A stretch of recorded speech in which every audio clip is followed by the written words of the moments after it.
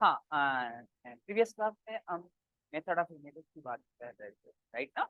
और method of images में हम दो तरह की प्रॉब्लम को डिस्कस करते हैं। एक ग्राउंडेड कंडक्टिंग प्लेन से, और एक ग्राउंडेड कंडक्टिंग स्फीयर की बात करते हैं, राइट ना। तो ग्राउंडेड कंडक्टिंग प्लेन के बारे में हम लोगों ने प्रीवियस क्लास में सारी बातें कर ली है, राइट ना। अब सेकेंड टाइप का जो क्वेश्चन है उस क्वेश्चन के बारे में करेंगे। ओके, तो चलते हैं, स्टार्ट करते हैं। ओके, तो नींद आ रही है जरा आपको?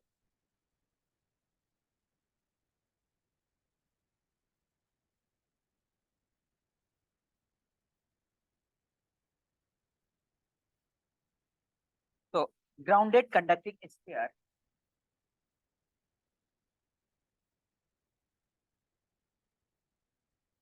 ग्राउंडेड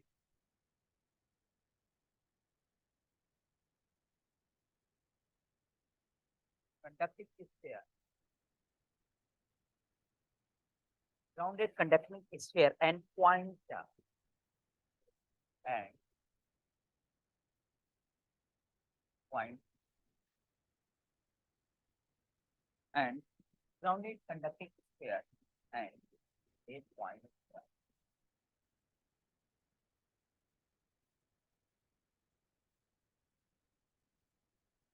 right ना। तो डियर आइए हम एक स्फीयर की बात करेंगे। Okay?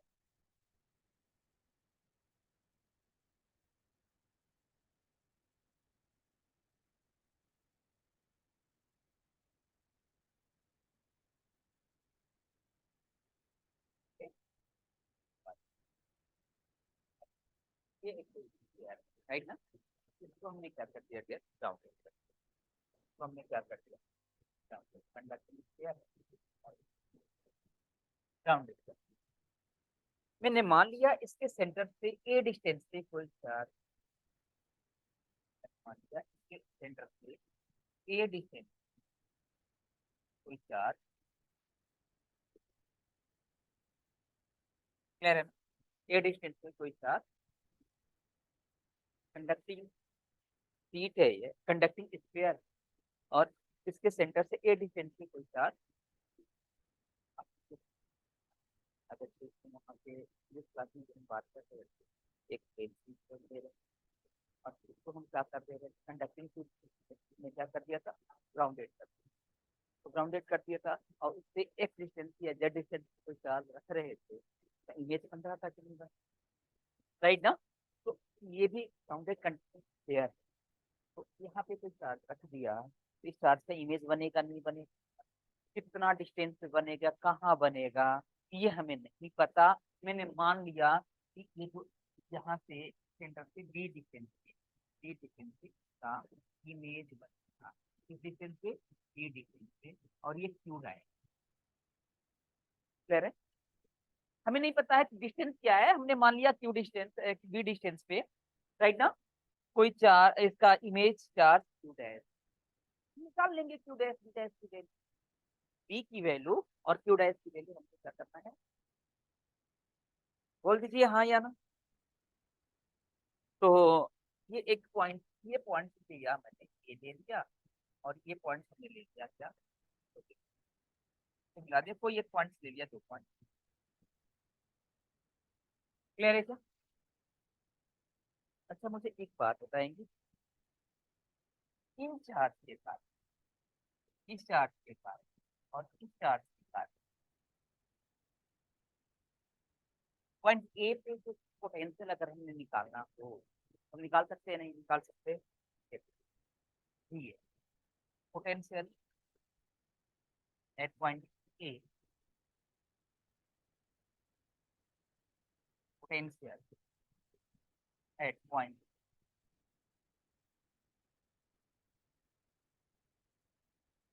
ए इक्वल टू क्या होगा, 1/4 pi epsilon not Q by A, right ना। देखो, क्यू बाई,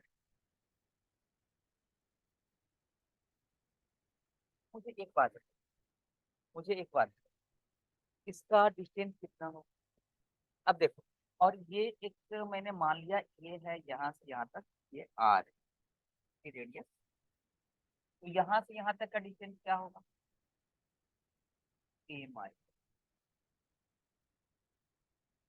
क्या ना है। तो हम इसके कारण इस पॉइंट पे निकालना है discharge 1/4 pi epsilon not discharge upon distance A minus के आर, ए माइनस के प्लस। अच्छा मुझे एक बात बताओ, इस क्यू डैश के कारण इस पॉइंट पे ए पे कितना होगा बताइएगा जरा। इस क्यू डैश के कारण इस पॉइंट ए पे अगर पोटेंशियल डिफाइन करना होगा तो क्या होगा, डिस्चार्ज इनटू इनके बीच का डिस्टेंस। तो यहाँ से यहाँ तक तो आर है और यहाँ से यहाँ तक तो बी है, तो ये क्या होगा आर माइनस, नहीं बात है, क्लियर है ना।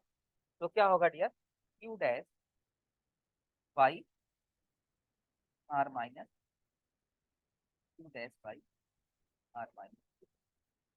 ठीक है, कोई दिक्कत बताइएगा जरा।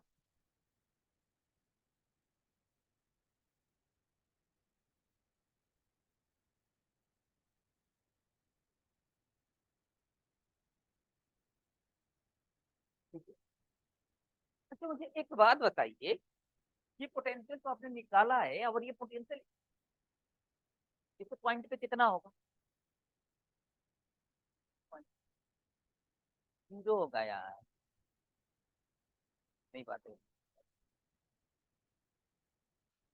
तो चार्ज ग्राउंडेड कर दिया गया है, क्लियर है, बोल दीजिए हाँ या ना। तो इक्वल टू ना, ना पोटेंशियल एट पॉइंट पी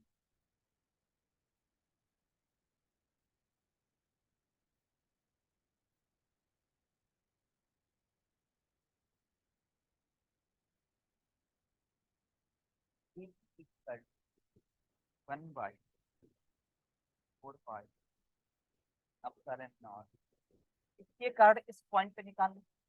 तो यहाँ से यहाँ तक ए है ना, और यहाँ से यहाँ तक आर है, A by A Q by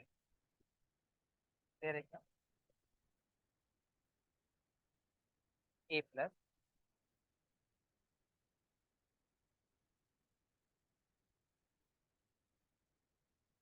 plus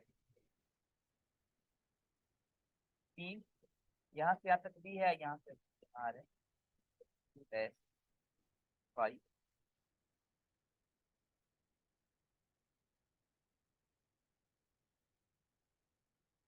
equal to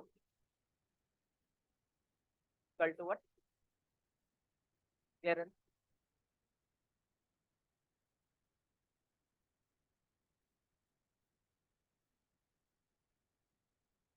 right. तो आप मुझे एक बात बताओगे, V A is equal to V B होगा क्या। देखो देख लो, V A is equal to V zero आ रहा है, V B is equal to V zero आ रहा है, दोनों इक्वल कर दी। तो चलें आगे आगे मूव करें।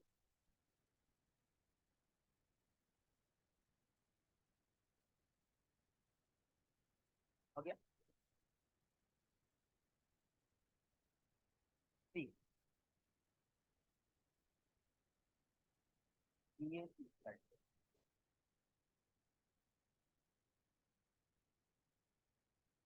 We A is equal to V B, तो क्या होगा, Q by Q dash by R minus K equal to Q by A plus R plus K Q dash by R होगा, राइट ना। And after solving this equation करते हैं, क्या मिलेगा, हम स्क्वायर करने का मेन मोटिव क्या था मेरा, बी डैश की वैल्यू डिफाइन कर, बी की वैल्यू डिफाइन करना था और क्यू डैश की वैल्यू भी डिफाइन करना, राइट ना। तो after solving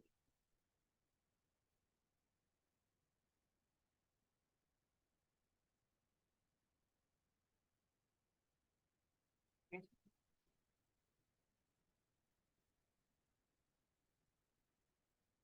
we get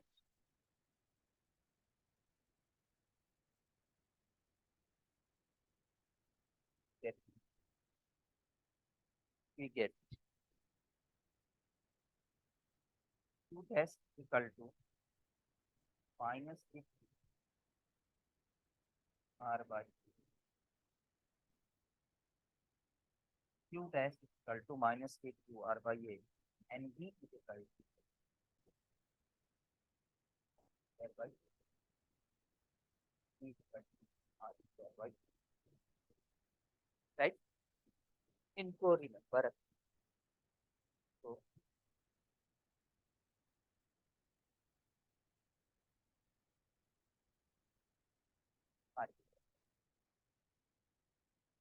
ठीक है, इन दोनों को रिमेम्बर रखना।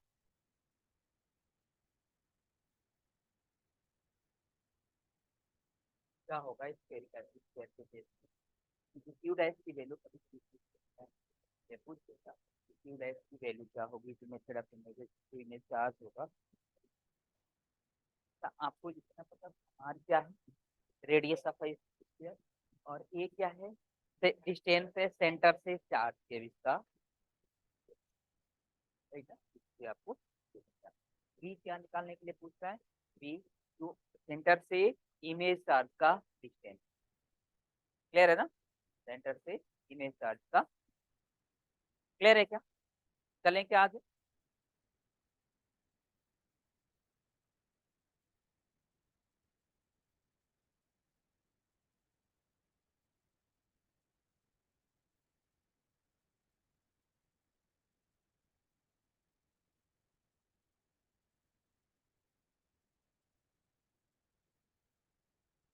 चलें आगे, तो पूछ लें आप लोगों से,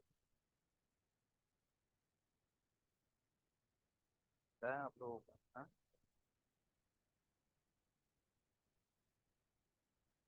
बारे में, मेरे बारे में क्या नाम है?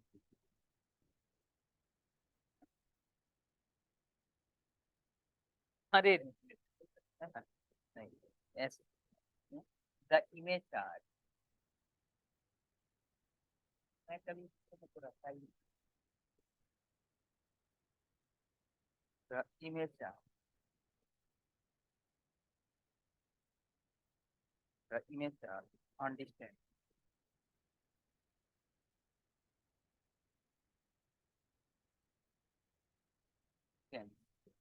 फ्रॉम सेंटर, फ्रॉम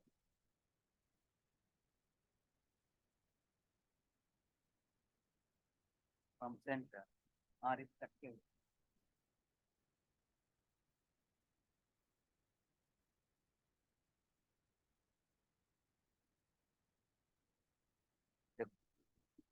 here,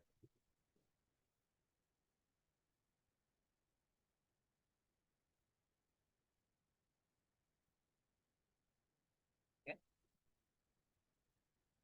ये इनका सेंटर जो डिस्टेंस से 2r है, ये दिया हुआ यहाँ पे चार्ज 2 रखा है, और रेडियस है कैपिटल आर है, राइट ना, और इसको क्या कर दिया है, ये फिगर क्या हुआ है, calculate कर दिया, calculate कर दिया, तो ऑप्शन दिया हुआ, option minus option minus Q Y है, आर बाई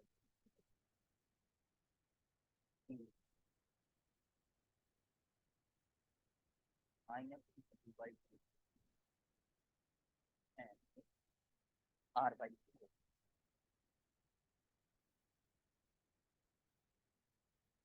माइनस है, आर बाई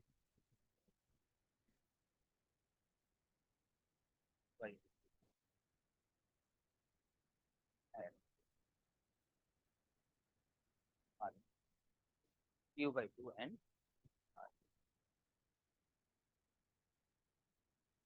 ना इजी क्वेश्चन ना, राइट ना, इजी ना।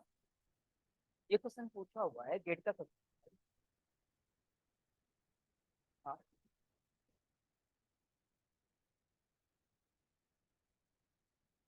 फिर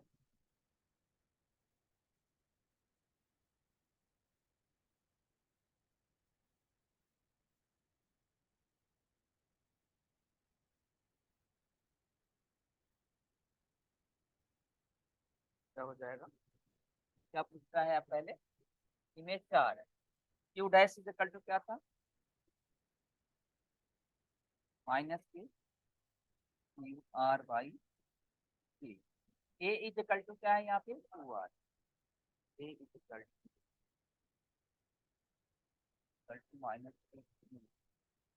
-QR/,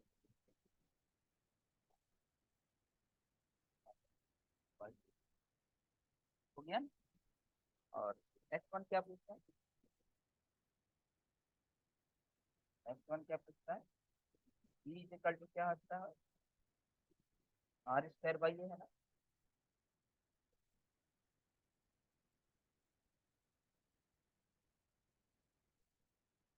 R²,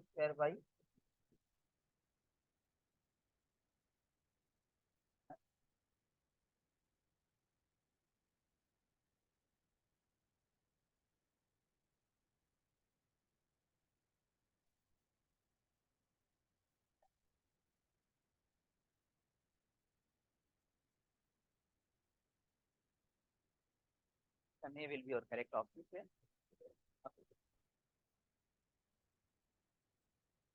चले आगे, चले आगे। अगर मैं आपसे पूछ लूं,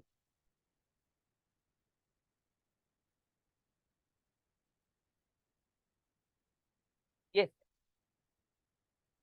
ये आपका चार्ज है, ये चार्ज है, इसके काट से एडजस्टिव पॉइंट पे जो पोटेंशियल पूछ लो तो भी बता सकते हो।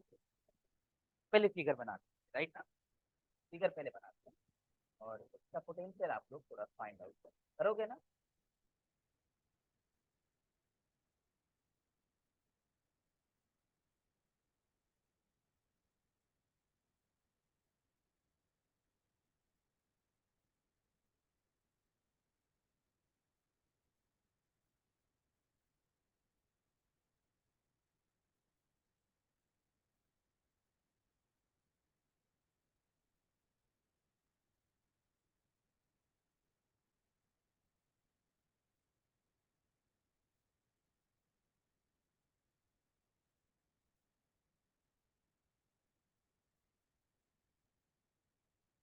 राइट,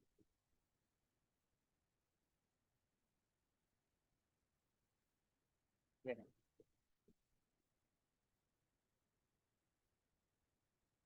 फिर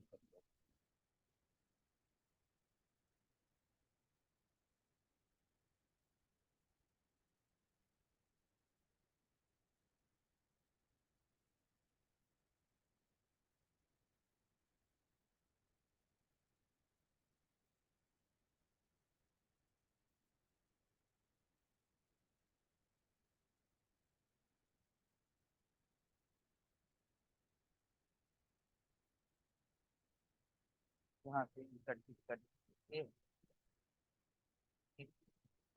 चार्ज, राइट ना। हाँ, तो थोड़ी सी से यहाँ पे कौन सा चार्ज रखते हो? Q dash. कंफ्यूज भी कर सकता है लेकिन मैंने दिखा दिया तो यहाँ पे दिखा ले, राइट ना। इस पॉइंट पे हमको तीन चार्ज के बाद दोनों चार्ज के बाद इस पॉइंट पे हमको पोटेंशियल डिफाइन करना है। हम देखो का इसमें आर मान लिया इसका, ठीक है। और यहाँ पे जो चार्ज है के कार्ड एक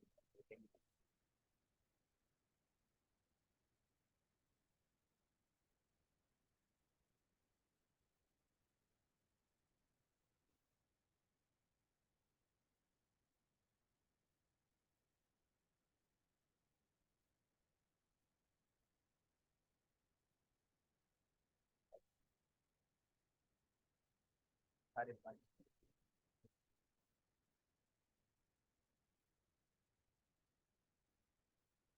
ये पॉइंट पी है, ये एंगल मान लो थीटा है। यहाँ से ये आर डैश मान लो, आर डैश मान लो, और यहाँ से ये आर डबल डैश मान, क्लियर है। यहाँ से ये आर डबल डैश मान, क्लियर है। और ये पॉइंट पी,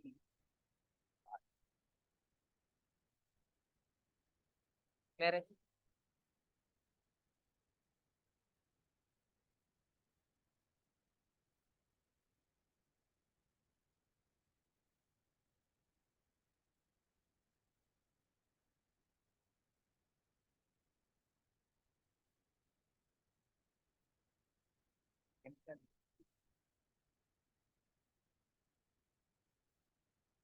राउंडेड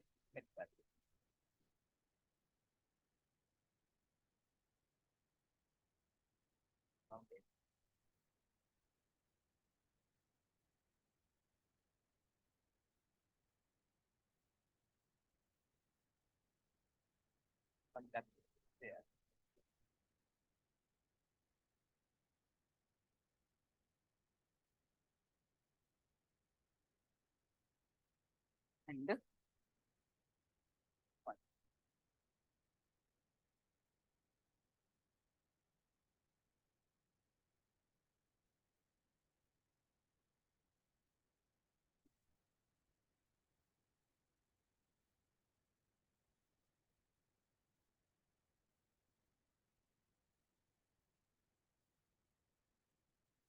चले आगे।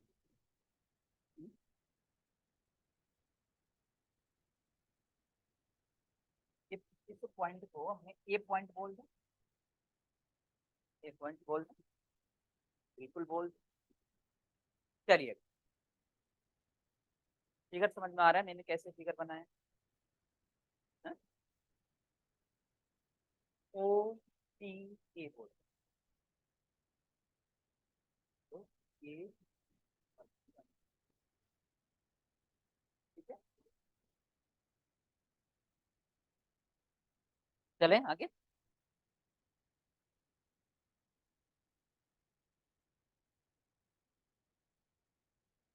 तो चलिए कैलकुलेट,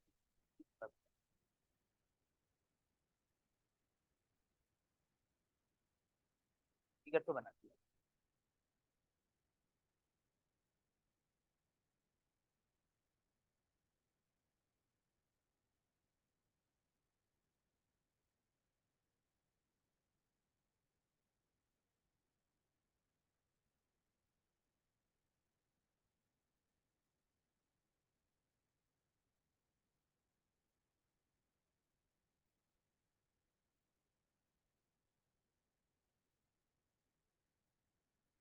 क्या क्या होगा we,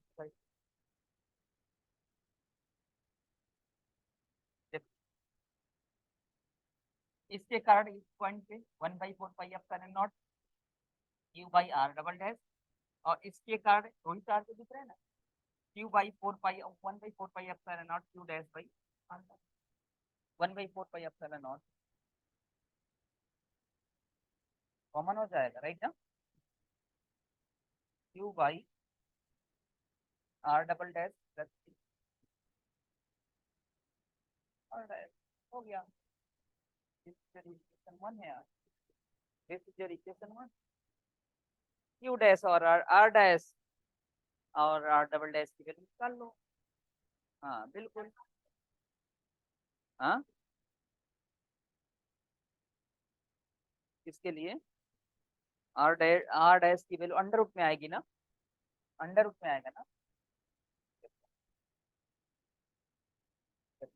triangle, triangle P O in triangle P O cos theta is equal to, cos theta is equal to क्या होगा डियर, बताइए।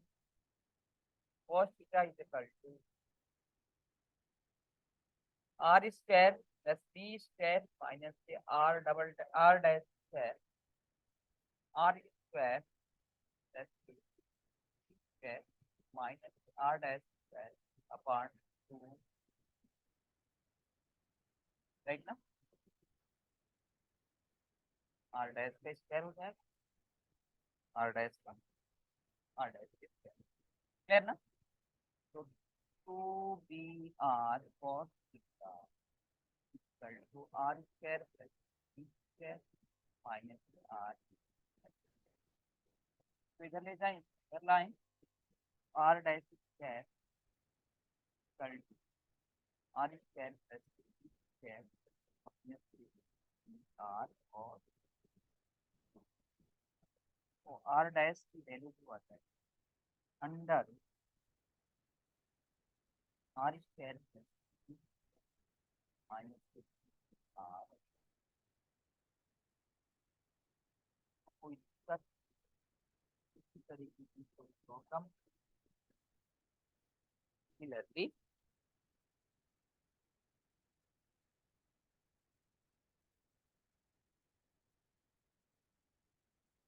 आर डबल डैश की वैल्यू अंडर आर स्क्वायर तो रहेगा ही रहेगा ए स्क्वायर माइनस आर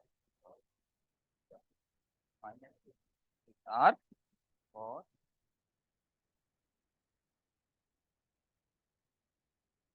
फिर minus R और this is your R dash and this is your R double. अब ये R dash R double dash की वैल्यू ले जाकर इक्वेशन पर पुट कर दे। Now from equation 1, right now from equation 1 E equal क्या हो जाएगा डिफरेंस 1/4 पाई अब साइलेंट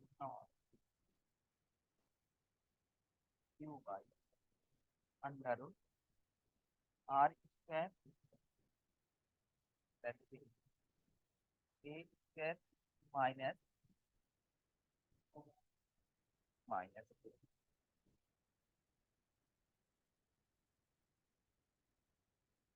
ए आर cos थीटा प्लस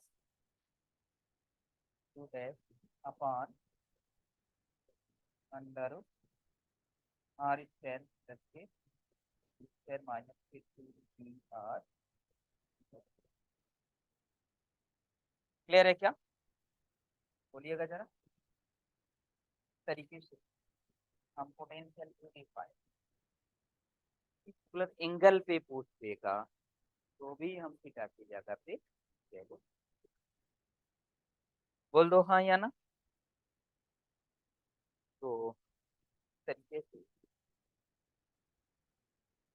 यहाँ से क्वेश्चन ऐसे ही पूछा कि पर्टिकुलर एंगल, राइट ना,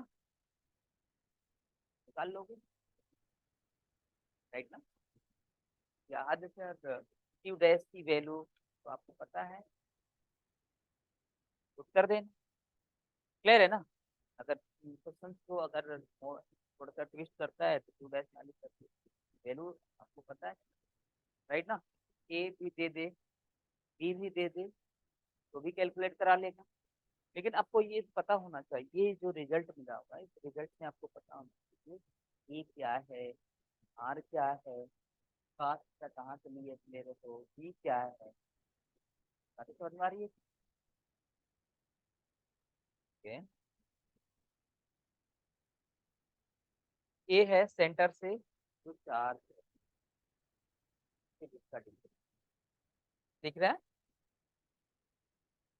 हाँ। और बी क्या है, सेंटर से जो इमेज चार्ज, क्या है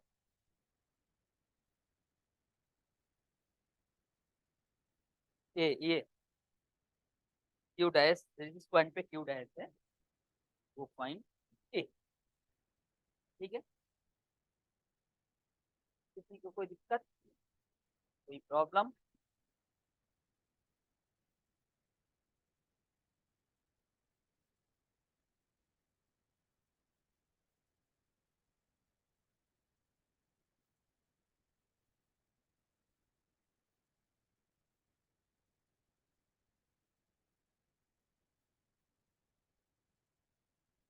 चले आगे। तो गाइस इस तरीके से आपका मेथड ऑफ जितना भी क्वेश्चन था आपने सब, ठीक है, क्लियर है ना। बहुत सारी पहले प्रॉब्लम भी किया था।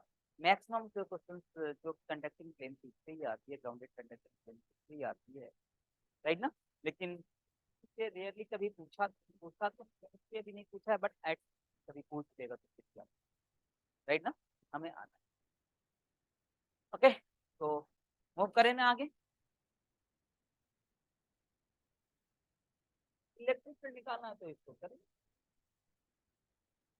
E is equal to minus के डेल V। चलें आगे। तो अब हम बात करते हैं die electric.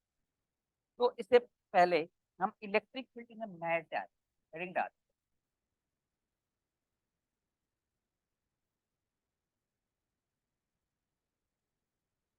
Electric field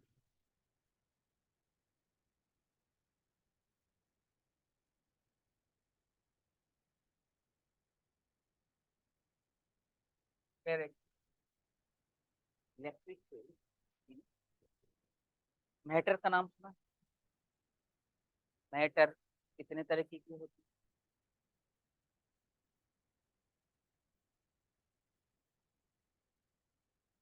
conductor, insulator या सेम,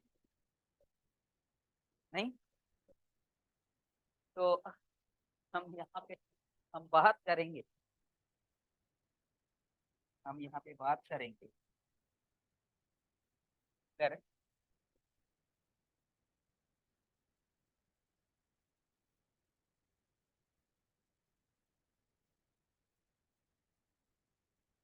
जनरली जो मैटर होते हैं इन तरह से, बट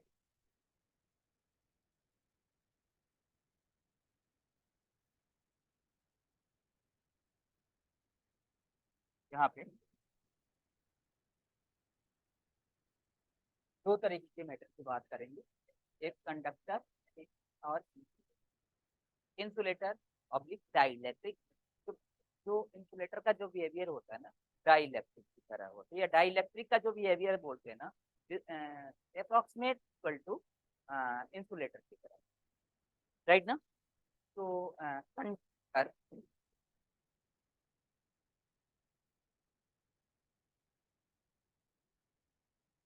कंडक्टर और नेक्स्ट वन की अगर मैं बात करूँ, इंसुलेटर,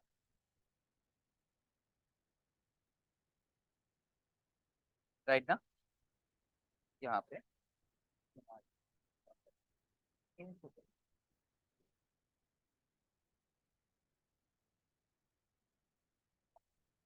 डाई,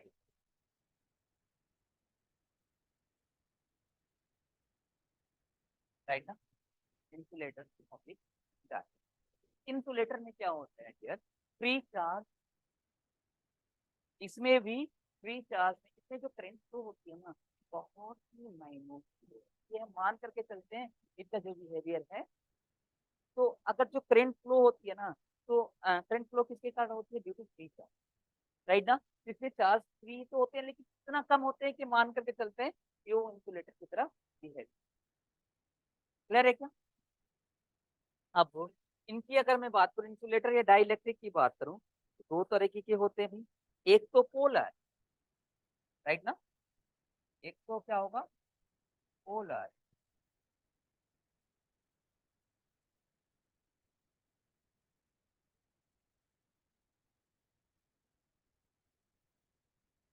पोलर या नॉन पोलर, पोलर लिख लो या नॉन पोलर लिख लो, बात।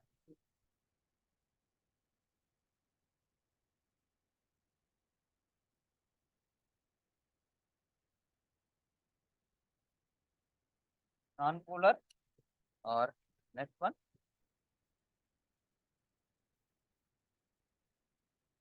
क्लियर है क्या। पोलर में क्या, नॉन पोलर में क्या होगा, नॉन पोलर में क्या होगा, ये दोनों का दोनों चार्ज क्या करेगा, कौन साइड दोनों का दोनों चार्ज क्या होगा, क्लियर है। अगर कौन साइड चार्ज आएगा non molecule does not have permanent dipole, उनके पास परमानेंट डाइपोल मोमेंट, क्योंकि पोलर से क्योंकि डाइपोल मोमेंट के लिए charge equal and opposite charge होना चाहिए उनके बीच का, डिस्टेंस, क्लियर है ना। तो नॉन पोलर में क्या होगा, इन मॉलिक्यूल्स के पास कोई यहाँ पे centre of negative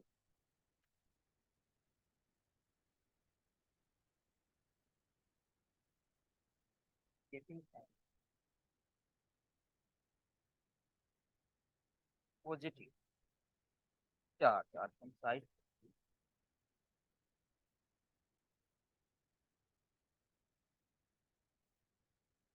side, right ना, इट हैज नो परमानेंट,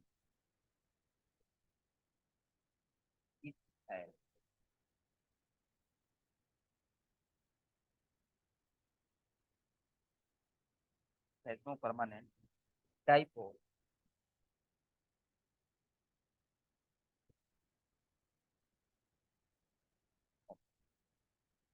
और यहाँ पे भाई centre of negative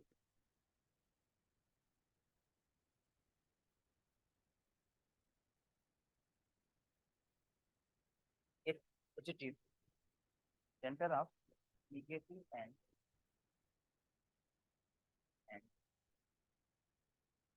positive charge,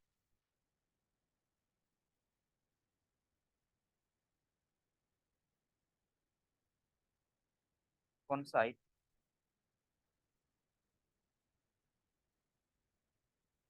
does not coincide or it has permanent dipole, it permanent, right ना।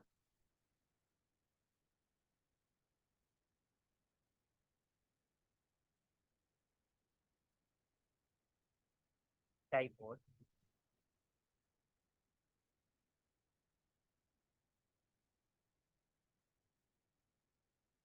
और क्या होगा भाई, permanent dipole moment,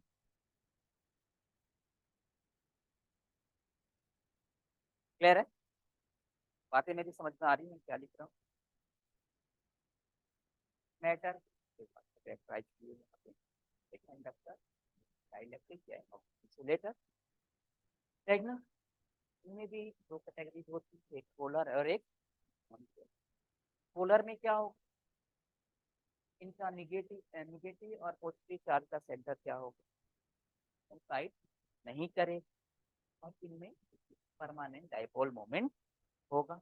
non polar में क्या होगा, centre of negative and positive charge side और नो परमानेंट डाइपोल, क्योंकि डिस्टेंस जीरो हो जाएगी तो डाइपोल मोमेंट क्या हो जाएगा, क्लियर है। तो in non polar in,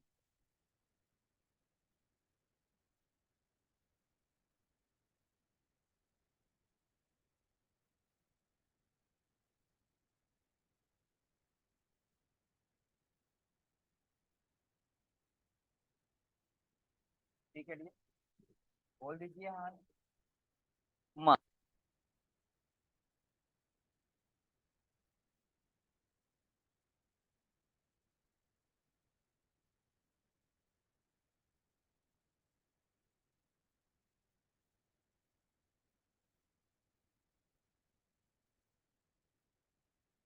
non polar है, क्या होगा जी बताइए, यहाँ पे पॉजिटिव और निगेटिव चार्ज का साइड पर,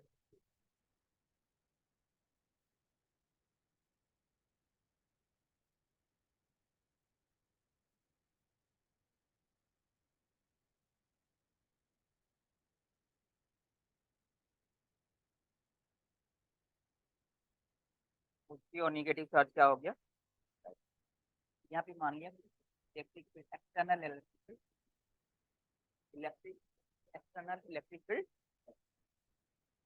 अब हमने किया इससे एक्सटर्नल इलेक्ट्रिक फील्ड हमने क्या किया, डेवलप।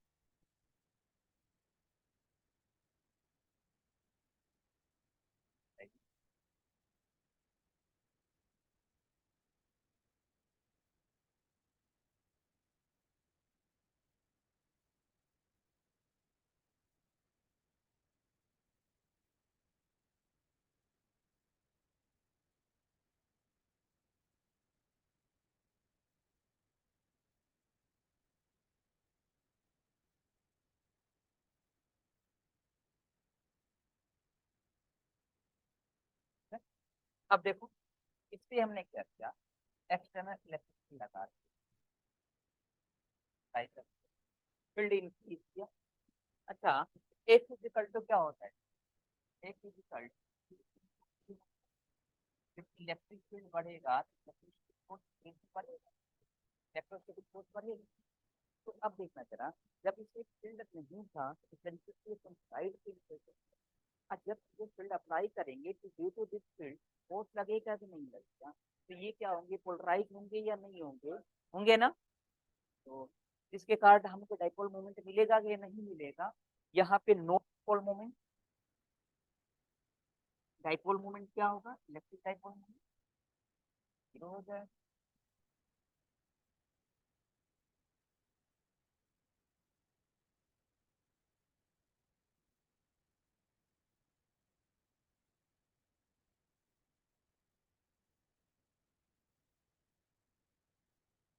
और यहाँ पे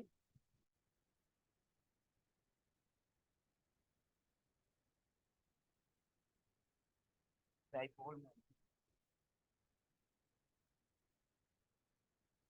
not equal to, electric dipole moment not equal to.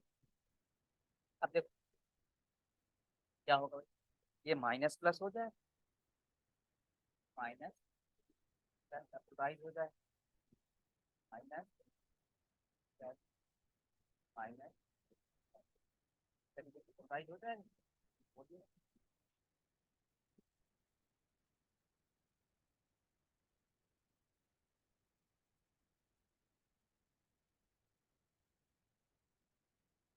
Clear है ना, बोल दीजिए हाँ या ना।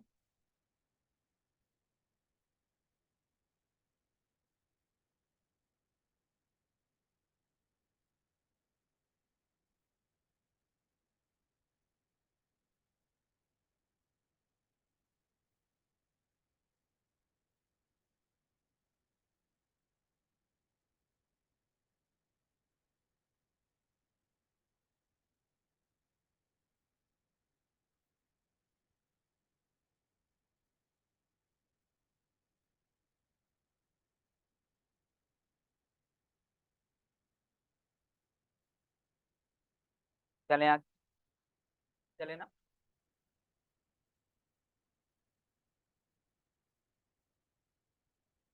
पोलर इन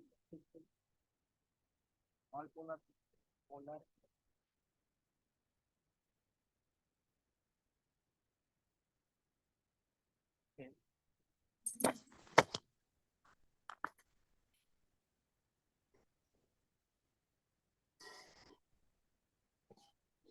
अब देख,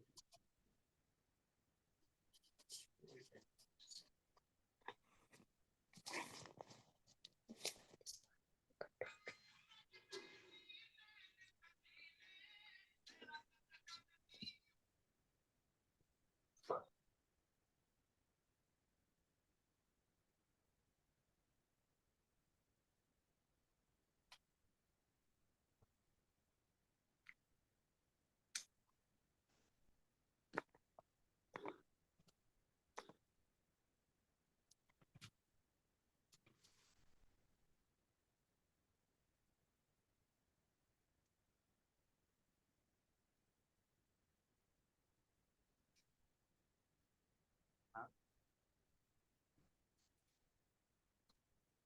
ई, हाँ हाँ, आप मुझे बताइए, ये जो फिगर ये पोलर है नॉन पोलर, पोलर राइट ना। यहाँ पे डाइपोल मोमेंट होगा या नहीं होगा? हाँ, ये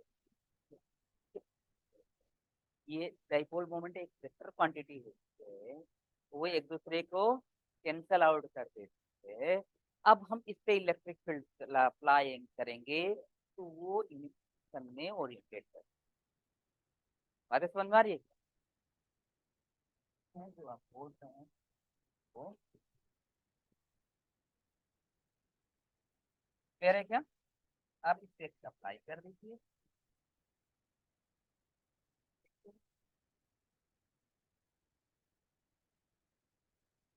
क्या होगा?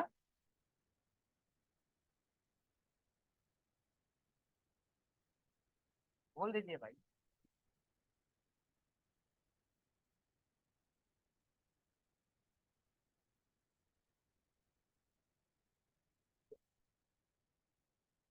ठीक है, चले आगे आगे आगे मूव करें क्या? अरे करें क्या? चल,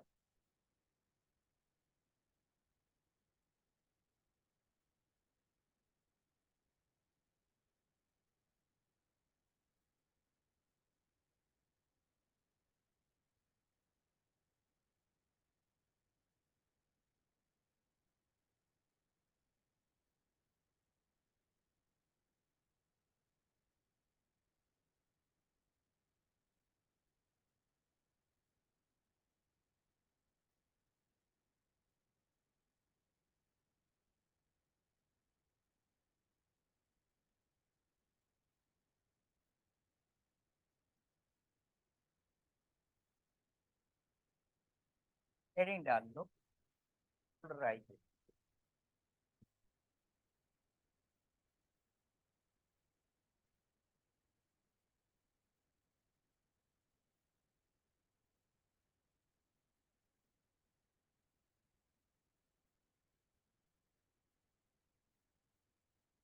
पोलराइजेशन क्या होता है? Induced dipole moment per volume is known as what? Induced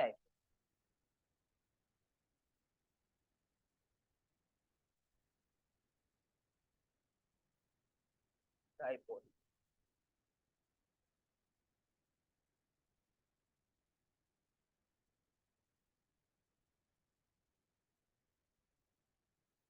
पर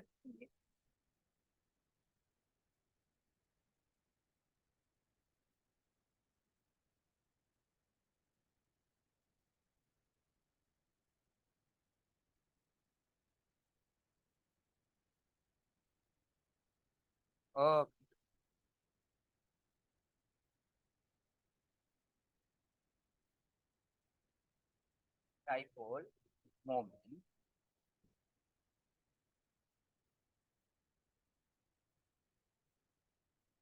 पर induced dipole per unit volume called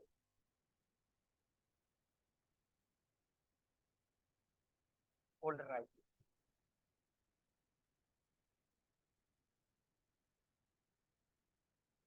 polarisation को वेक्टर कैपिटल डाइपोल मोमेंट को देखो, स्मॉल पी से, अब वेक्टर पी को पोलराइजेशन, पोलराइजेशन को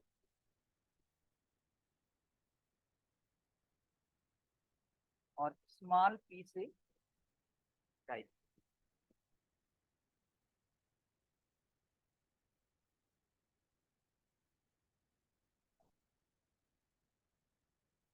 क्लियर है ना? स्मॉल पी से, 2 3 मिनट में आ रहा है।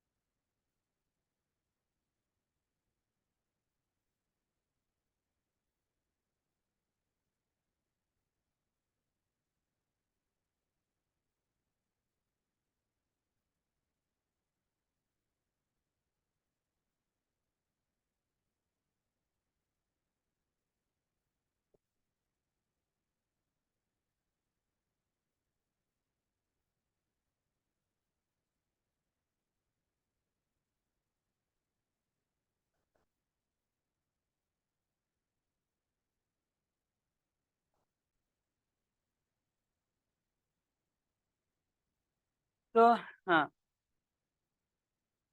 तो हमारी बातें चल रही राइट ना, डाइलेक्ट्रिक में कि हम दो तरीके के, एक कंडक्टर, एक इंसुलेटर या पोलर है, नॉन नॉन पोलर है, क्या होगा, चार्ज नॉट कोइंसाइड, और कोइंसाइड नहीं करेगा तो ऑब्वियस सी बात है इस पे परमानेंट डाइपोल मोमेंट होगा, क्योंकि डिस्टेंस तो होगा इन दोनों चार्जेस के बीच का, राइट ना। नॉन पोलर में परमानेंट डाइपोल मोमेंट नहीं होगा, निगेटिव और पॉजिटिव चार्ज क्या करेगा, कोइंसाइड करेगा। इसी तरीके से नॉन पोलर के लिए हम केस किए, ठीक है। और इलेक्ट्रिक फील्ड अप्लाई किए कि इलेक्ट्रिक फील्ड अप्लाई करोगे तो इलेक्ट्रिक फील्ड ही होता है, इलेक्ट्रिक फील्ड डिस्टेंस बढ़ेगी तो फोर्स में फोर्स लगेगा ही लगेगा, तो पोलराइजेशन होगा। कुछ इस तरीके का पोलराइजेशन आपने दिखाया था। उसके बाद पोलर, पोलर की अगर मैं बात करूं तो यहाँ पे ये मॉलिक्यूल कौन से मॉलिक्यूल से पोलर है, लेकिन ये एक वेक्टर क्वांटिटी होती है, तो डाइपोल मोमेंट नहीं, डाइपोल मोमेंट क्या होगा, यहाँ पे 0 होगा। अगर हमने इस इलेक्ट्रिक फील्ड अप्लाई किए तो ये एक ही किसी पर्टिकुलर डायरेक्शन में ओरिएंटेड है, राइट ना। फिर हम बात कर रहे थे पोलराइजेशन, तो what do we mean by polarization, right ना। तो पोलराइजेशन की मैंने बात किया था, तो पोलराइजेशन का डिफिनेशन ये होगा, induced dipole moment per unit volume. Clear है जी, moment per unit volume is known as what, polarisation. इसको वेक्टर पी से करेंगे, देखना जरा, मैं बार बार वेक्टर पी, कैपिटल पी से मैं पोलराइजेशन को रिप्रेजेंट करूंगा, स्मॉल पी से डाइपोल मोमेंट। ओके, तो अब देखना जरा,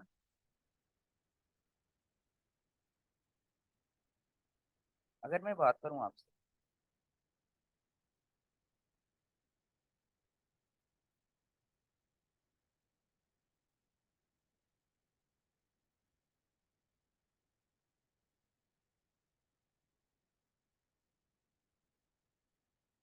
राइट,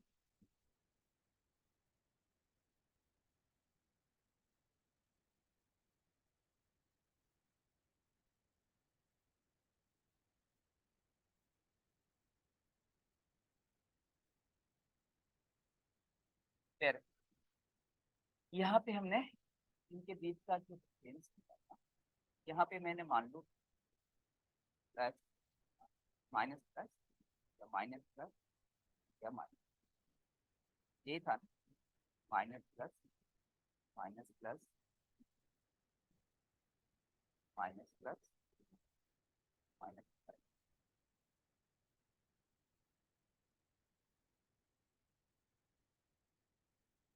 अब मुझे एक बात बताओ, ये क्या होगा, ये क्या होगा, देखना जरा, ये प्लस इस माइनस को कैंसिल आउट करेगा, ये प्लस इस माइनस को कैंसिल आउट करेगा, तो देखना जरा यहाँ पे एक डाइपोल फॉर्म होगा, देख रहे हो, एक प्लस माइनस यहाँ और प्लस, क्लियर है ना। इलेक्ट्रिक फील्ड यहाँ पे अप्लाई किए हुए, तो जाहिर सी बात है पोलराइजेशन तो आएगा ही आएगा। तो देखना चाहिए प्लस माइनस, ये प्लस माइनस कैंसिल आउट कर देगा, लेकिन इस सरफेस पे एक, एक निगेटिव चार्ज और एक सरफेस पे पॉजिटिव चार्ज आपको लाइक, क्लियर है। देखना जरा यहाँ पे कुछ ऐसे ही दिखाई दे रहा है आपको, प्लस माइनस ये कैंसिल आउट करेगा, प्लस माइनस ये कैंसिल आउट करेगा, यहाँ निगेटिव और यहाँ पे पॉजिटिव चार्ज आपको लाइक, तो इस तरीके से यहाँ पे क्लियर है। अरे रोक दो पेन, यहाँ पे डिफिनीशन दिया हूं मैंने, इसका मतलब क्या होगा, इंड्यूस्ड मोमेंट, देखो डाइपोल इंड्यूस हो रहा है नहीं हो रहा है ना, मोमेंट पर यूनिट वॉल्यूम, तो मतलब क्या,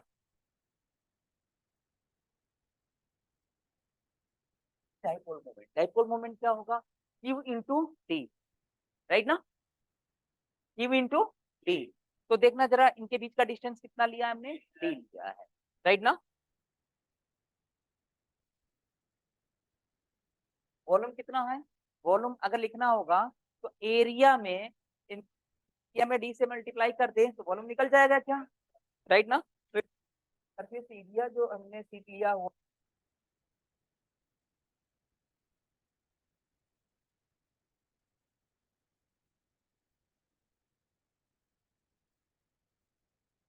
सरफेस चार्ज, राइट ना।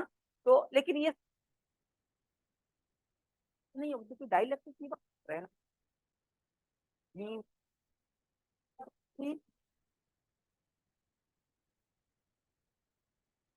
चार्ज होते हैं उनका बीच में देखा।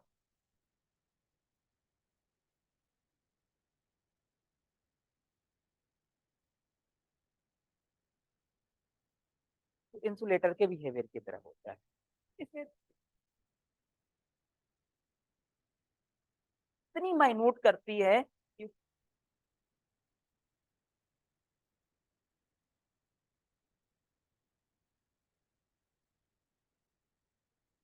चले आगे।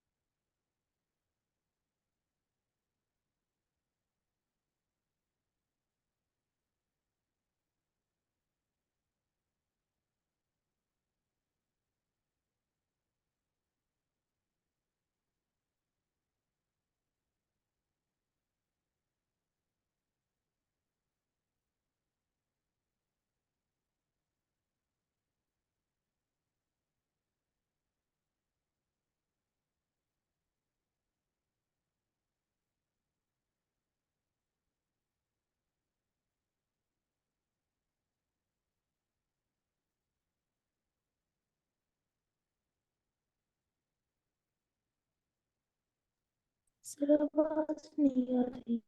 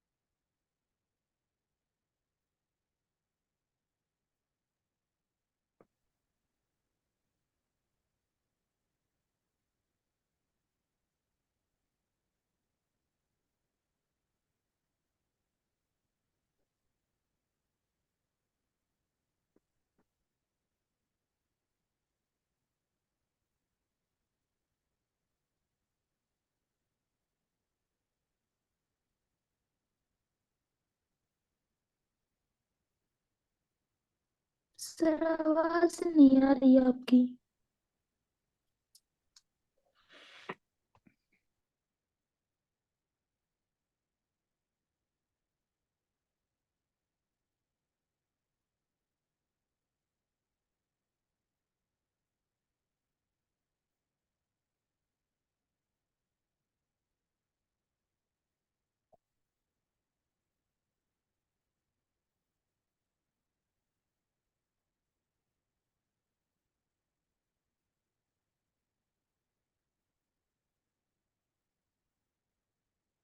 है बेटा, अब आ रही है ना आवाज? क्लियर है ना? Yes sir. Okay. तो ये समझ में आया ना कि मैं क्या बोल रहा था आपको? ये सुनाई दिया था ना? Yes sir. ओके। ओके। तो अब देख, अब मेरी बात ध्यान,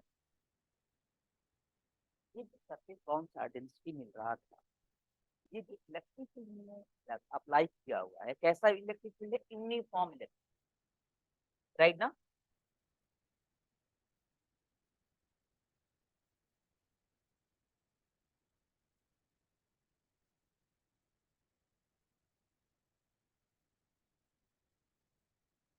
अब बात ध्यान से सुनिए, जब यहाँ पे इलेक्ट्रिक फील्ड यूनिफॉर्म है, तो यहाँ पे जो डाइपोल जो बन रहा है, उसकी स्ट्रेंथ क्या होगी? इक्वल होगी।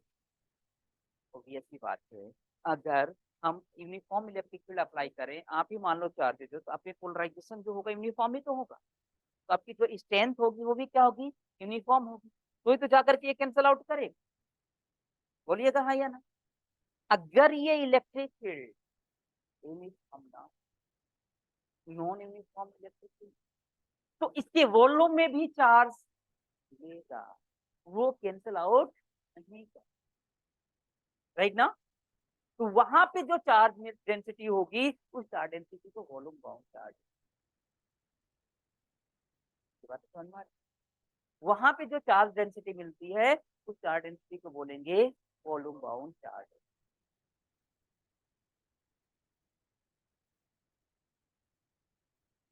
कहाँ पे? अरे भाई, आप मुझे एक बार बताओ, अगर नॉन यूनिफॉर्म होगा तो किसमें ज्यादा पोलराइजेशन होगा, किसमें कम पोलराइजेशन होगा? इनकी स्ट्रेंथ तो ये हो गई ना, अनइक्वल हो गई। तो कैंसिल आउट तो नहीं होगा ना आपका यहाँ पे? तो कैंसिल आउट नहीं होगा, इसका मतलब इसके वॉल्यूम में भी चार्ज मिल रहा है। अभी ओनली चार्ज डिस्ट्रीब्यूशन से इलेक्ट्रिकल है, तो इसके ओनली एंड ओनली सरफेस पर चार्ज मिल रहे हैं। Are you getting my point और नॉट है? लेकिन अगर नॉन यूनिफॉर्म होगा तो इनके सरफेस पे चार्ज के ना मिलकर के इसके वॉल्यूम में भी चार्ज मिलना शुरू कर, इसलिए उस चार्ज को हम बोलेंगे, चार्ज डेंसिटी को बोलेंगे वॉल्यूम बाउंड चार्ज। क्लियर है क्या? तो इस तरीके से हम चार्ज डेंसिटी को, हम चार्ज बाउंड चार्ज डेंसिटी को हम दो तरीके से डिफाइन करते हैं, bound charge,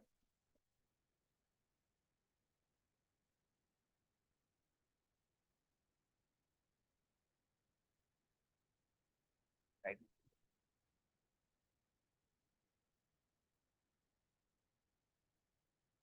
surface charge density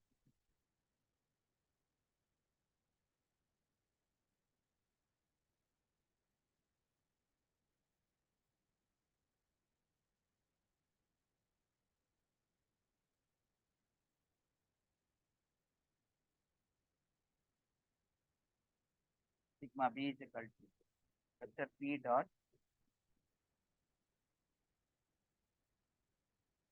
right ना?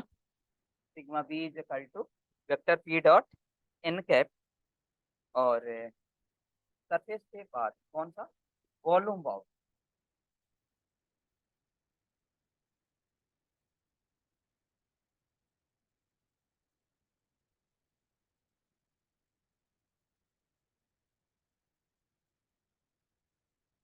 Volume bound charge density, volume bound surface charge density को सिग्मा बी से, तो वॉल्यूम बाउंड चार्ज डेंसिटी को रो बी से रिप्रेजेंट करेंगे, और इसकी जो वैल्यू आती है माइनस के वेक्टर डेल डॉट कर देंगे, राइट ना? अगर आपसे वॉल्यूम बाउंड चार्ज डेंसिटी पूछ ले, तो रो बी की वैल्यू क्या होगी? माइनस के vector del dot vector, vector P क्या है तो ध्यान रखो, और ये क्या है? वेक्टर पी बोल रहा है। क्लियर है ना? चलें आगे।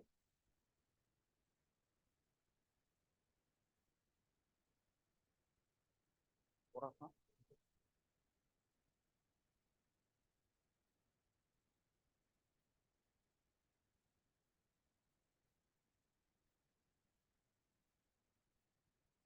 लिख लिया ना?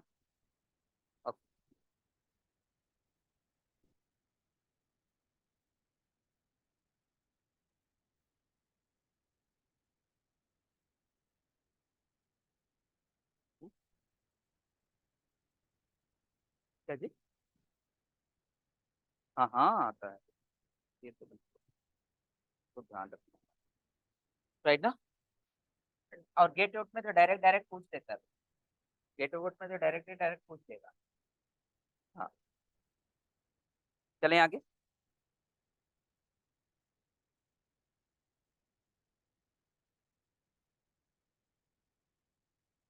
तो कल से पूछूं, हेडिंग डालो, हेडिंग डालो, force and torque,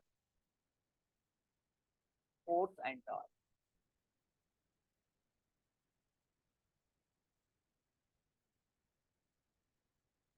force and torque, force and torque on dipole,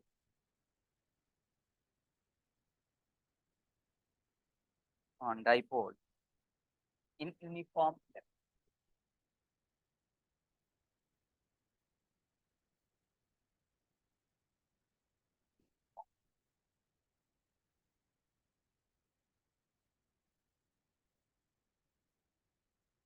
Uniform electric force and torque in uniform electric, कह रहे क्या? चलें आगे।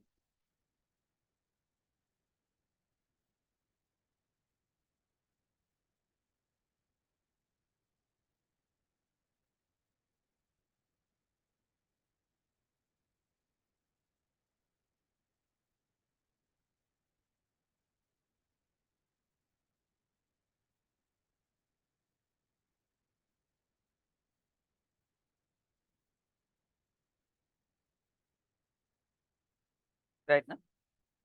तो अब देखिए, ये यूनिफॉर्म इलेक्ट्रिक फील्ड है आपकी, यहाँ पे इलेक्ट्रिक फील्ड कैसी है?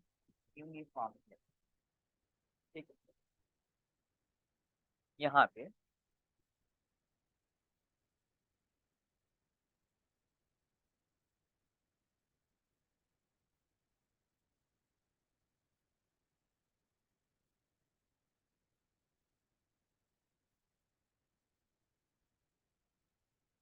यहाँ पे माइनस की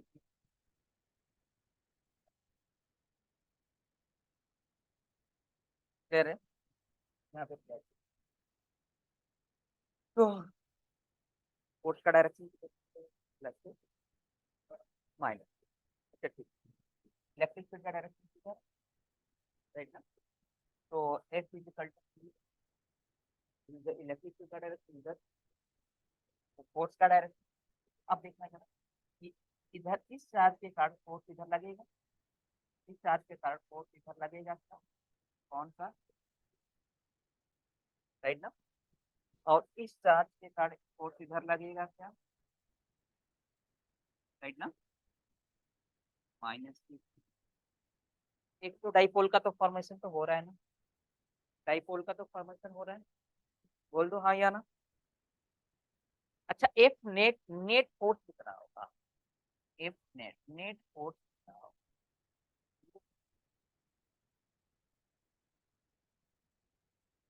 नेट फोर्स कितना हो जाएगा आपका? Zero, if he is uniform.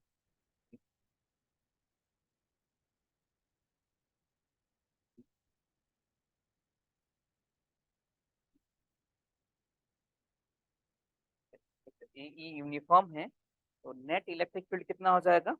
Zero हो जाएगा। अब ऐसी बात है, फोर्स इधर लग रहा है, इस चार्ज के कारण फोर्स इधर, इस चार्ज के कारण फोर्स इधर, तो यहाँ पे रोटेशनल मोमेंट होगा, राइट ना। क्लियर है क्या? तो अब टॉर्क तो लगेगा ही वैल्यू, क्लियर है। तो ये टॉर्क लगेगा, तो जाहिर सी बात है वहां पे रोटेशन होगा, रोटेशन होगा तो जाहिर सी बात है टॉर्क तो लगेगा। तो टॉर्क इज इक्वल टू क्या होता है?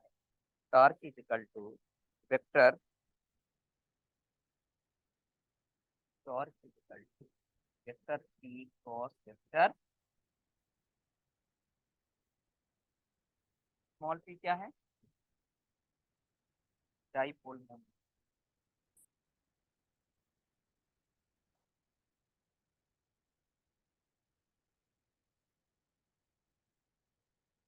राइट ना।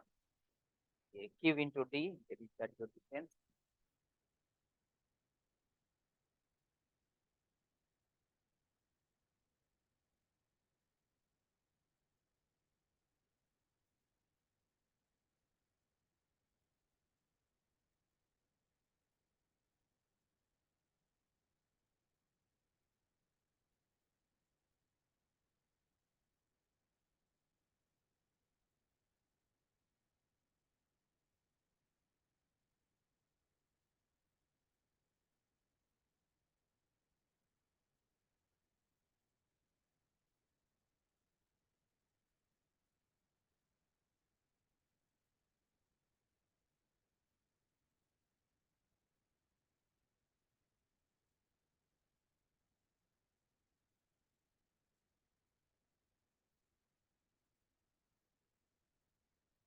ठीक है, अगर ये यूनिफॉर्म फील्ड नहीं हो, ये फील्ड आपकी यूनिफॉर्म नहीं होगी, तो नेट फोर्स क्या होगा?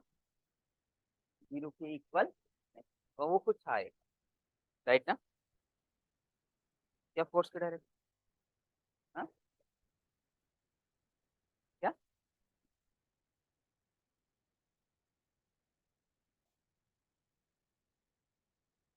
ये फिजिकल क्या होता है?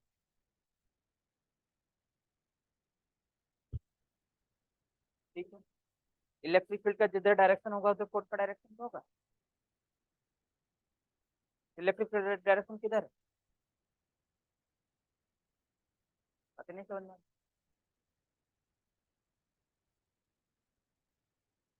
चले आगे।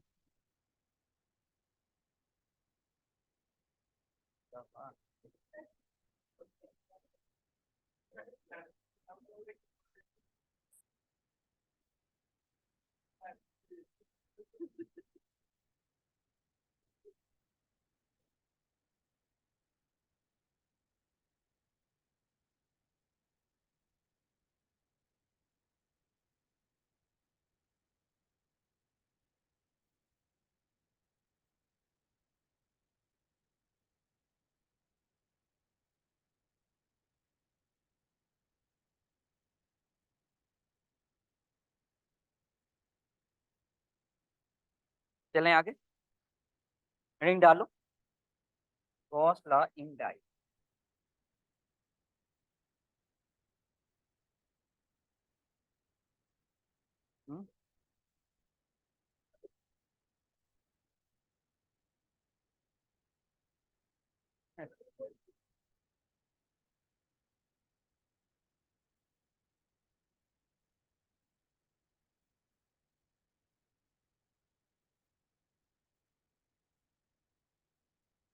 नहीं डालने तो last.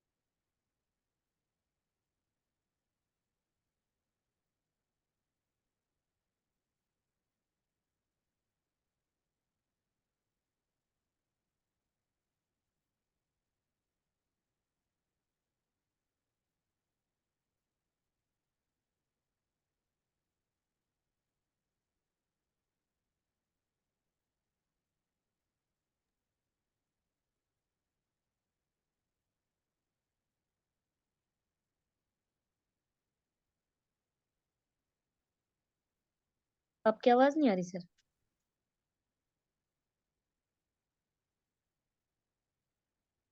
Row B equal to minus,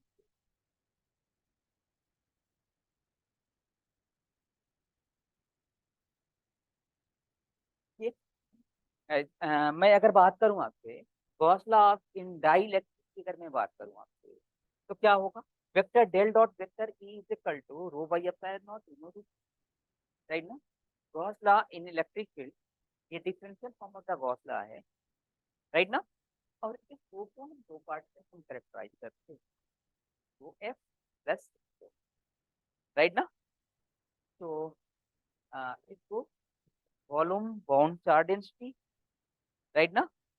और इसको हम क्या बोलेंगे? Free volume charge density, right ना? तो इन दोनों को हम इस रो को दो पार्ट में, क्योंकि डाइलेक्ट्रिक केस में हम मान करके चलते हैं, लेकिन इन रियलिस्टिक कुछ ना कुछ इसके वॉल्यूम के अंदर ठीक, राइट ना? तो अब देखना जरा, अब सारे नॉट से मल्टीप्लाई कर दिया तो मैं किस तरीके से मल्टीप्लाई कर सकता हूँ क्या? तो rho F plus rho B, rho B की वैल्यू आपने कुछ volume bound charge density can be written like minus के वेक्टर डेल डॉट वेक्टर है, ठीक है? इसको मैं इधर ले जाऊँ क्या? तो रो एफ इक्वल टू, तो इधर ले आए तो vector del dot epsilon not vector E plus के वेक्टर डेल डॉट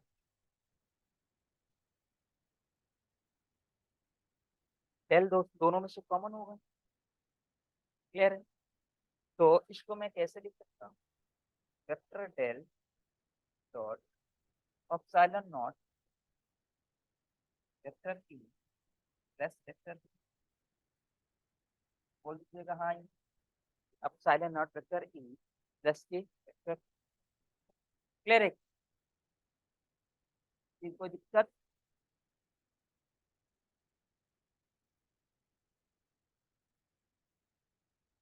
चले तरीके, vector del dot epsilon not vector plus के vector equal to rho F है,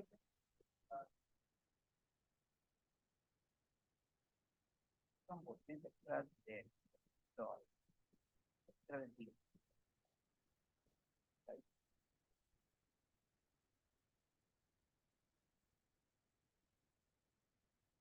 ये differential form of the Gauss in dielectric, where where vector d is equal to what? Epsilon naught vector e plus k, clear है क्या? Epsilon naught vector e plus k vector e, and vector d is known as what? Displacement,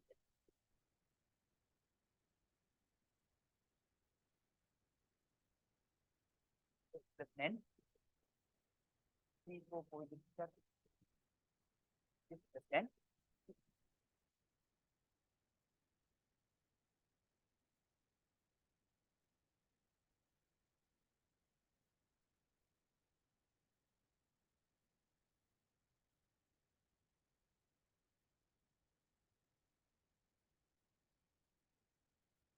हाँ क्या?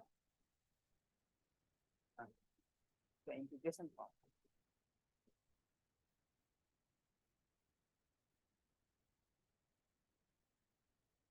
ये differential form of the Gauss law in dielectric,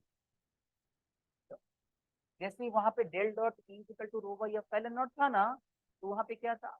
differential form of the electric field, Gauss law, differential form of the Gauss law for electric field, ठीक है? तो ये क्या होगा? Differential form of the Gauss law,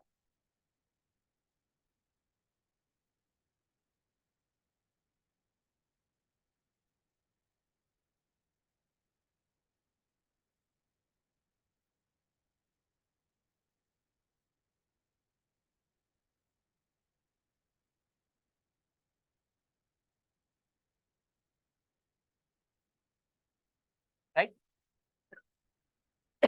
चले आगे, आगे move करें क्या? राइट ना? अब देखना, अब देखना क्या हुआ।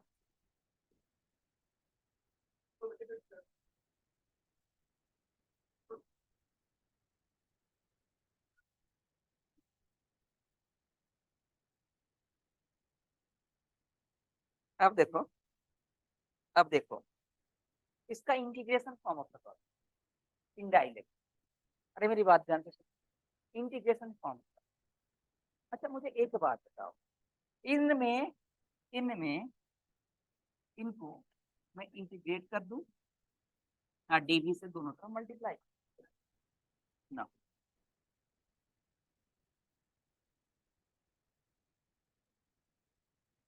Integration of vector del dot vector D is equal to, it can be written integration of so f dv integration of what so f d। Clear है?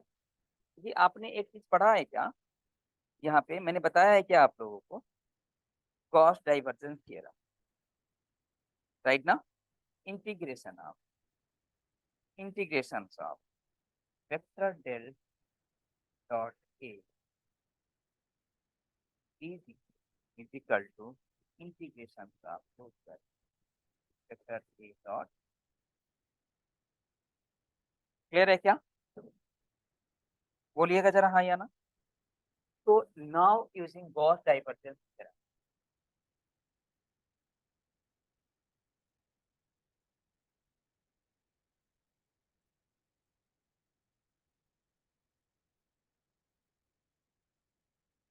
Now using Gauss divergence theorem, इस Gauss divergence theorem का use करके हम क्या कर लेंगे,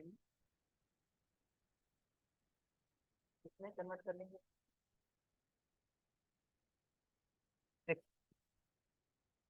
यही है ना, वेक्टर ये वॉल्यूम इंटीग्रल से सरफेस। तो यहाँ पे ए की जगह पे क्या है, डी है, राइट ना?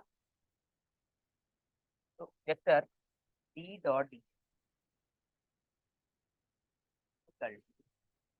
Integration of rho D T Q होता है क्या, Q is equal to integration of rho D भी होता है क्या? तो यहाँ पे क्या हो जाएगा, क्यू एफ हो जाएगा, एफ।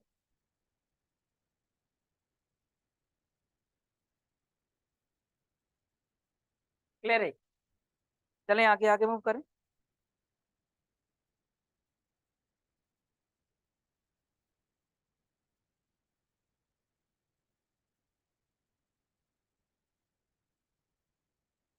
हाँ हाँ, this is the integration form of the integral form of the Gauss law, और this is the differential.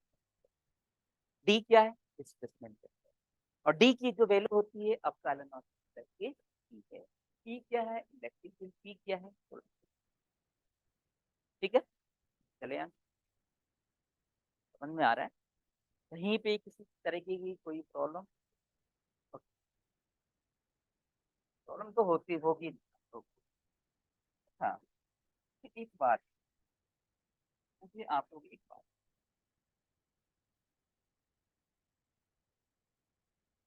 Polarisation की बात करें, जितनी इलेक्ट्रिक फील्ड बढ़ेगा, इलेक्ट्रिक फील्ड की स्ट्रेंथ बढ़ेगी, क्या क्या होगा?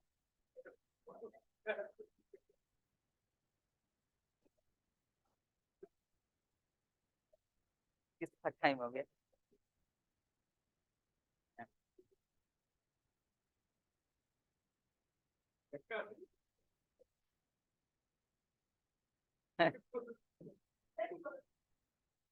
अच्छा अच्छा, टाइम इधर देखिए आप लोग।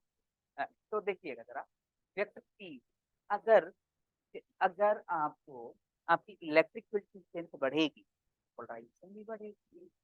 इतना इलेक्ट्रिक फील्ड की स्ट्रेंथ बढ़ेगी उतना ही पोलराइजेशन बढ़ेगी। मैं vector P directly proportional to E लिख सकता हूँ, वेक्टर पी की डायरेक्टली प्रोपोर्शनल टू ई लिख सकता हूँ। तो यहाँ पे प्रोपोर्शनलिटी कांस्टेंट हटेगा, vector P is equal to, यहाँ पे जब प्रोपोर्शनलिटी कांस्टेंट हटेगा डियर, तो क्या आएगा, एक कांस्टेंट आएगा एप्सिलॉन नॉट एक्स ई और वेक्टर, हाँ ठीक है। Epsilon naught X C, this is your functionality. Epsilon naught क्या है? Permittivity in free space, right ना। और एक्स ई क्या है? Electric susceptibility. क्लियर है ना?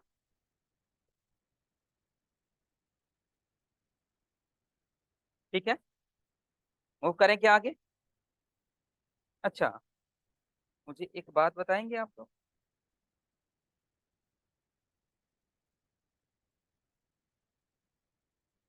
E is equal to epsilon naught, D is equal to epsilon naught E plus के P. बोलिएगा जरा,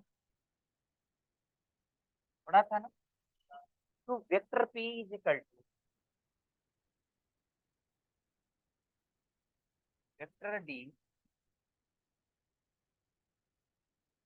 एप्सिलॉन नॉट वेक्टर E। तो वेक्टर P की जगह पे vector D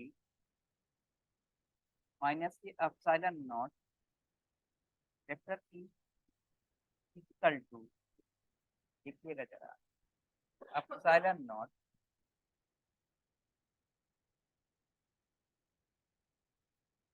x C vector P। देख सकते हैं ना? इसको इधर लाए, vector D is equal to epsilon naught X C vector E plus epsilon naught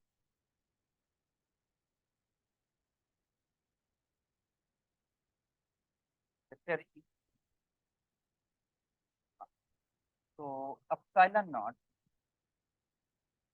1 plus X C.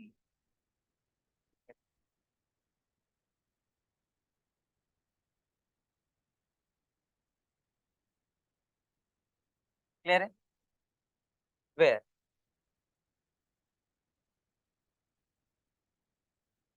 Epsilon naught क्या है? वेयर अब सब परमिटिविटी इंक्रीज,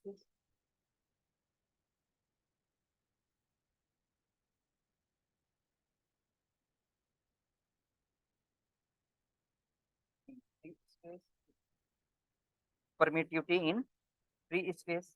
एक्सी क्या है? एक्सी क्या है? Electrical susceptibility. इलेक्ट्रिकल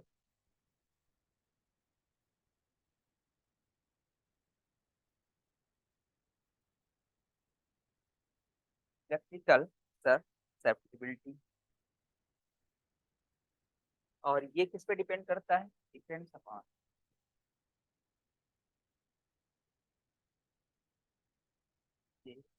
मटेरियल की प्रॉपर्टीज पे डिपेंड करता है, राइट ना। Depends upon properties of material.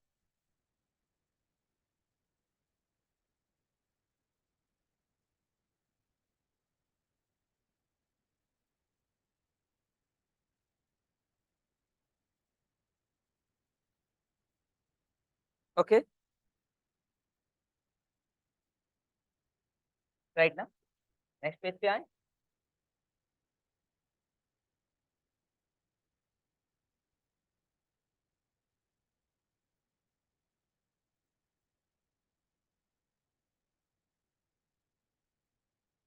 Okay,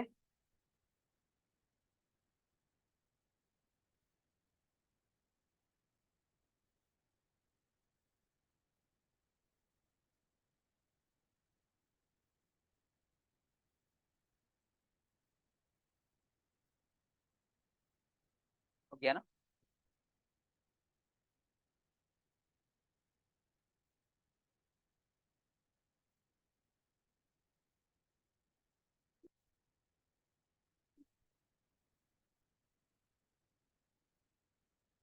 हम्म,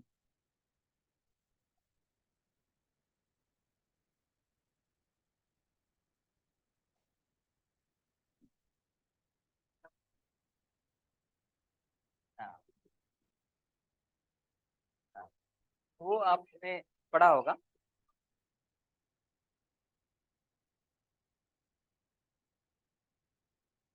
क्या बोलते हैं बच्चे कि सर ये लेक्चर अभी अपलोड।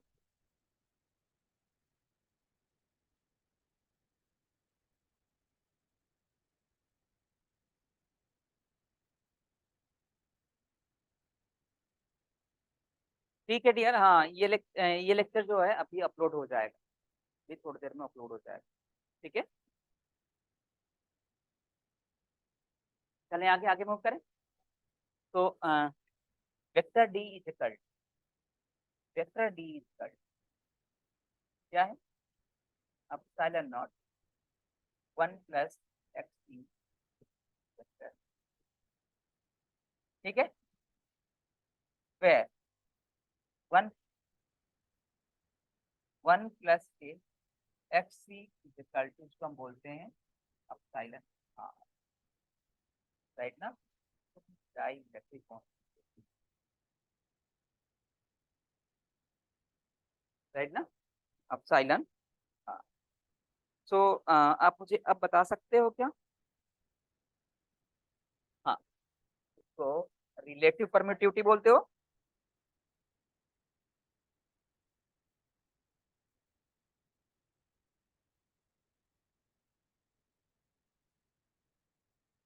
क्लियर है क्या, ओके तो इसलिए vector D is equal to क्या होगा, ये vector D is equal to क्या हो जाएगा, epsilon naught epsilon R vector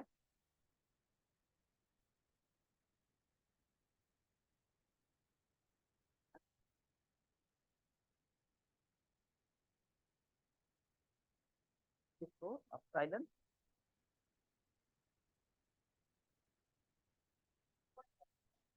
हाँ चले आगे,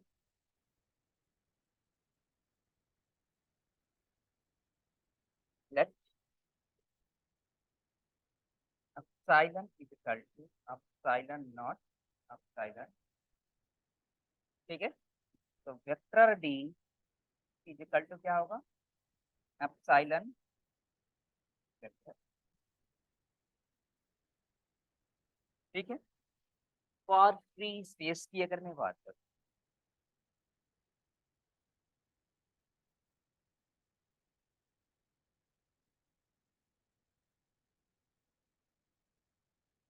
फॉर फ्री स्पेस के लिए एक्सी की जो वैल्यू होगी,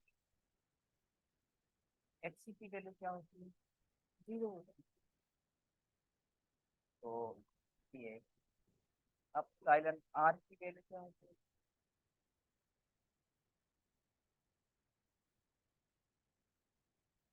नहीं होगा क्या, फ्री स्पेस के लिए एक्सी की वैल्यू क्या होती है, जीरो होती है, तो एप्सिलॉन आर की वैल्यू क्या हो जाएगी, 1। अगर दो मीडियम दिया हुआ, एक डाइलेक्ट्रिक का एक फ्री स्पेस का, वहां पे जो डाइलेक्ट्रिक कांस्टेंट होगा वो नहीं भी देगा तो आपको समझ लेना है कि वहां पे एप्सिलॉन आर की वैल्यू कितनी है।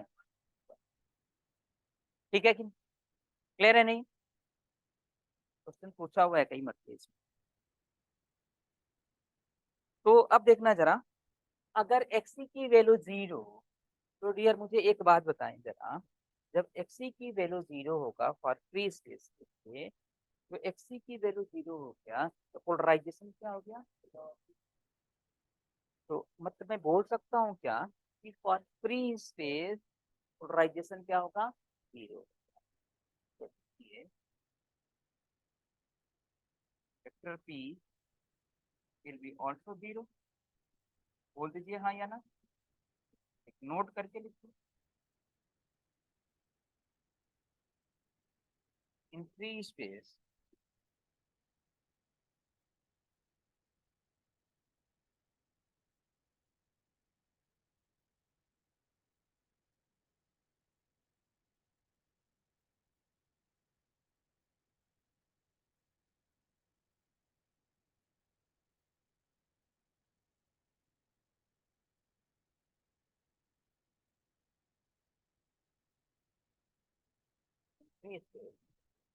फ्री स्पेस में क्या हो, पोलराइजेशन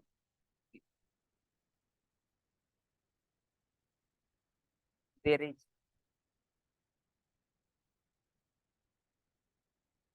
नो पुल टाइप।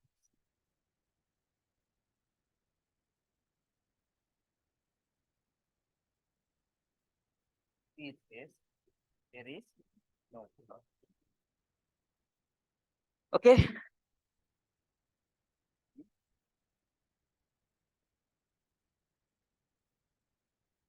ठीक है, आ जाने दे। ठीक है, ठीक है। तो कल सुबह भी होगी क्लास? नहीं, सुबह सुबह, ठीक है।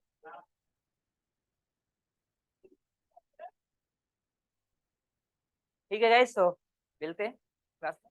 कल आपका डायलैक्टिक खत्म होता है, राइट ना? हाँ हाँ, कल इलेक्ट्रोस्टैटिक फिनिश हो जाता है कल वाली क्लास में। उसके बाद आपका थर्मोडायनेमिक स्टैटिस्टिकल थर्मो खत्म हो गया, उसमें रैंडम वॉक और ये क्वांटम में आपका। हाँ, नहीं हो सकता है कि मैं ट्यूसडे को फुल डे क्लास ले लूँ। हाँ, हो सकता है।